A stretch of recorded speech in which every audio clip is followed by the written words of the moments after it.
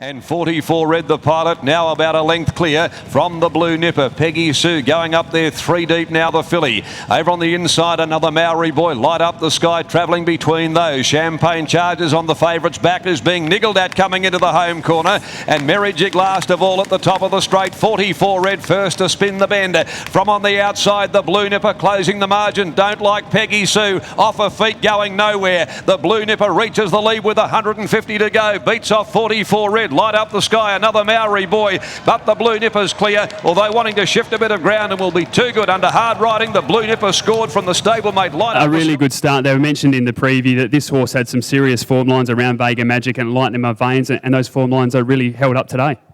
Yeah, quite so. Yeah, he sort of drew a bit awkward, but actually both of them did. They drew the outside two barriers, and I just told him to press forward. In conditions like this, there's hardly a breath of air, and obviously no southwesterly, so I wanted him to be forward, and they got him to good spots, and yeah, he was just a bit strong today. He's been crying out for the 14, and he almost he gave Fred's horse a bit of a fright the other day, but it was a bit strong for us. I thought today was his day, and yeah, I thought he could carry the weight and win as well, so happy with the result. You mentioned about rolling forward, and although wide early, Brad was able to find that lead quite comfortably.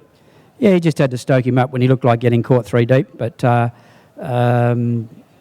I wasn't worried about him sort of being, doing a bit of work, because he's a pretty tough horse and he cops a fair bit. So he can be a bit naughty at times, but he gets around. And, we had his half-brother, and that's why we purchased this guy, was Shady Bet, who was quite a handy horse. And unfortunately, he had damaged his hind leg in a just track accident, just hardly anything, and a little crack in his cannon bone. And when he was getting up from surgery after screwing it up together, he snapped his leg. So, we were a bit disappointed with that, but we purchased this guy, and we've been lucky enough to get a win out of him. We mentioned that the form lines were certainly strong enough, but that was carrying 55 and 56 kilos. So step up today and carry the 59 kilos. He looks a big, strong horse as well. So were you ever concerned about that?